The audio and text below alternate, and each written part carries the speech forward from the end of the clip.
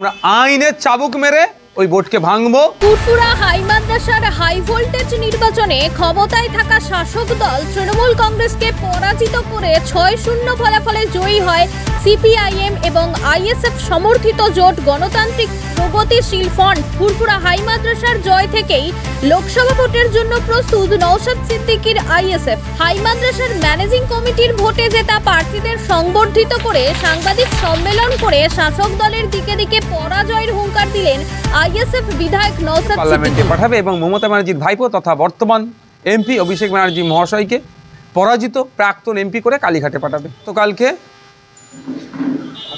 ঐতিহ্যবাহী ফুরফুরা হাই মাদ্রাসার অভিভাবক প্রতিনিধি নির্বাচনে প্রগতিশীল গণতান্ত্রিক ফ্রন্টের পক্ষ থেকে যে প্রার্থী দেওয়া হয়েছিল তৃণমূল কংগ্রেসের মনোনীত প্রার্থীদেরকে ব্যাপকভাবে পরাজিত করেছেন। ৬ জন তৃণমূল কংগ্রেসের প্রার্থীদেরকে সমর্থিত প্রার্থীদেরকে পরাজয় স্বীকার করিয়ে আমাদের যে প্রার্থীরা আজকে বিজেতার হাসি হেসেছেন তাদেরকে জনগণের পক্ষ থেকে তথা আমাদের পক্ষ থেকে আমরা যৎসামান্য পুরস্কার দিয়ে পুরস্কৃত করেছি, এক কথায় সংবর্ধনা দিয়েছি এই প্রোগ্রাম আমাদের। তারপরে সাংবাদিক বন্ধুদেরকে কল দিয়েছিলাম, আপনারা এই বিষয়ে যদি কোনো আমাদের কাছে কোশ্চেন থাকে জয়ের ব্যাপারে বা আগামী আমাদের লক্ষ্য কী সে বিষয়ে আপনারা কোশ্চেন করতে পারেন। পুরো পঞ্চায়েত ভোটে দেখা গেছিল যে পঞ্চায়েত লুট হয়েছিল, ভোট লুট হয়েছিল, তার কি এফেক্ট করলো? দেখুন, মানুষকে ধমকে চমকে মানুষের অধিকার হনন করে বেশি দিন রাখতে পারে না। পঞ্চায়েত নির্বাচনে যে জনগণ ভোট দিয়েছিল শাসকের বিপক্ষে, তারা পুলিশ প্রশাসনকে কাজে লাগিয়ে ভোট লুট করেছিল। ভোট লুট করে সবুজ আবির মেখে তারা এখন হই হই করছে, যদিও এই বিষয়টা আমাদের হাইকোর্ট করা আছে। আমরা আশা করছি খুবই তাড়াতাড়ি তাদের আবিরকে ফিকে করব, অর্থাৎ এই পঞ্চায়েত অবৈধ বলে কোর্টের মাধ্যমে আমরা ঘোষণা করাবো। সেই ক্ষোভটা ছিল, সেই সুযোগ পেয়েছে, নির্বাচনে অংশগ্রহণ করেছেন, ভোটদানের পূর্ণ স্বাধীনতা পেয়েছে, কোনো ভয়ভীতিকে ছিল না, সবকে উপেক্ষা করে ভোট দিয়েছে, শাসকের বিপক্ষে ভোটটা দিয়ে এটা প্রমাণ করে দিচ্ছে যে আমরা পঞ্চায়েতে যে আমাদের ভোট লুট হয়েছে, আমরা এখানে সিপিএম এবং আইএসএফ মিলে যে জোট গঠন করেছিলাম শাসককে পরাস্ত করার মতো আমরা ক্ষমতা ধরেছিলাম, সেটা কিন্তু গতকালকের রেজাল্টে কিন্তু আবার প্রমাণিত করেছে। আগামী দিনে কি রাজ্য জুড়ে প্রার্থী দেওয়া হবে স্কুল বা এই নির্বাচন? দেখুন, আমরা যেখানেই নির্বাচন হবে আমাদের শক্তিমতো আমরা সেখানেই এগিয়ে যাব এবং মানুষের কাছে যাব, মানুষকে আহ্বান করব, মানুষ যদি আমাদেরকে ভোট দেয় আমরা জিতব। শ্রীরামপুর লোকসভায় প্রার্থী দেওয়ার চিন্তা ভাবনা করছেন, বক্তব্যের মাঝে আপনি বলছিলেন যে এই জয় আমাদেরকে শ্রীরামপুর তথা জাঙ্গিপাড়াকে বুঝিয়ে দিচ্ছে। হ্যাঁ, না, ব্যাপারটা হচ্ছে দেখুন, আমরা তো আগামী 2024-এ লোকসভাকে আমরা পাখির চোখ করেছি। তো আমাদের হোম সিট হচ্ছে শ্রীরামপুর, সুতরাং এখানে তো আমাদের একটা আলাদা নজর থাকবেই।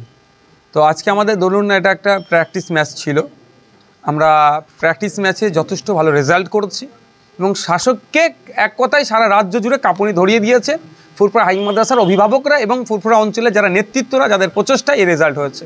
আমি তাদেরকে ধন্যবাদ জানাই আজকে সাংবাদিক সম্মেলন থেকে। সত্যিকারের এদের সকাল থেকে উঠে রাত পর্যন্ত যেভাবে টানা 1 মাস এরা মেহনত করছে, মানুষের কাছে গিয়েছে, অভিভাবকদেরকে বোঝাতে পেরেছে, বোঝানোর ফলে আজকে আমরা হাতে নাতে পাচ্ছি যে দুর্নীতিমুক্ত এবং স্বচ্ছভাবে শিক্ষা প্রতিষ্ঠান পরিচালনার দায়িত্ব তুলে নেওয়ার কথা যে বলেছে, মানুষ সাড়া দিয়েছে। একইভাবে আমরা মানুষের দ্বারে দ্বারে গিয়ে আগামী 2024-এ বলবো, আশা করব মানুষ কিন্তু রায়টা আমাদের পক্ষেই দেবে। ডায়মন্ড হারবারে যে শোনা যাচ্ছে নওশাদ সিদ্দিকী ওখানে প্রার্থী হচ্ছে। অবশ্যই, আমি তো আগেই জানিয়ে দিয়েছি আমার ইচ্ছা আছে, এবার পার্টির অনুমোদনের অপেক্ষায়।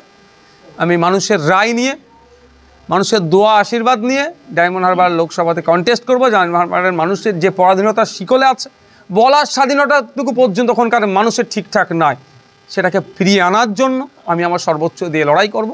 আশা করছি ডায়মন্ড হারবারের মানুষ সংখ্যাগরিষ্ঠ ভোট আমার কাছে আসবে, আমাকে জিতিয়ে পার্লামেন্টে পাঠাবে এবং মমতা ব্যানার্জির ভাইপো তথা বর্তমান এমপি অভিষেক ব্যানার্জি মহাশয়কে পরাজিত প্রাক্তন এমপি করে কালীঘাটে পাঠাবে।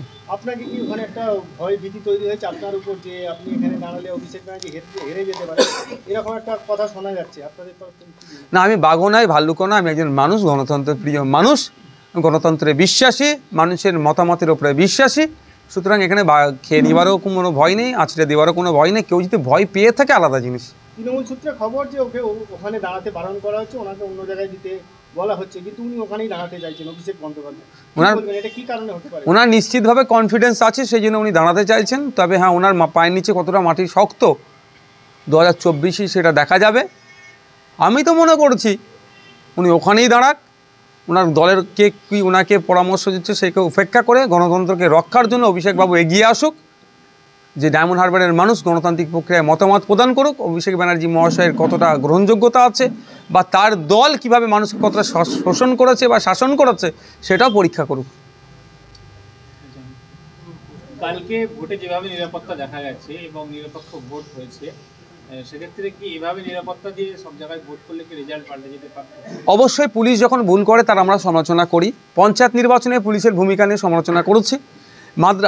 মাদ্রাসা হাই মাদ্রাসার ম্যানেজিং কমিটি নির্বাচনে গতকালকে যেভাবে পুলিশ সক্রিয় ছিল সেটাকে আমরা কুর্নিশ জানাচ্ছি, সাধুবাদ জানাচ্ছি। তার সাথে এটাও বলবো, এটা কিন্তু কোর্টের একটু মনিটরিং ছিল, কোর্টের নির্দেশনা ছিল।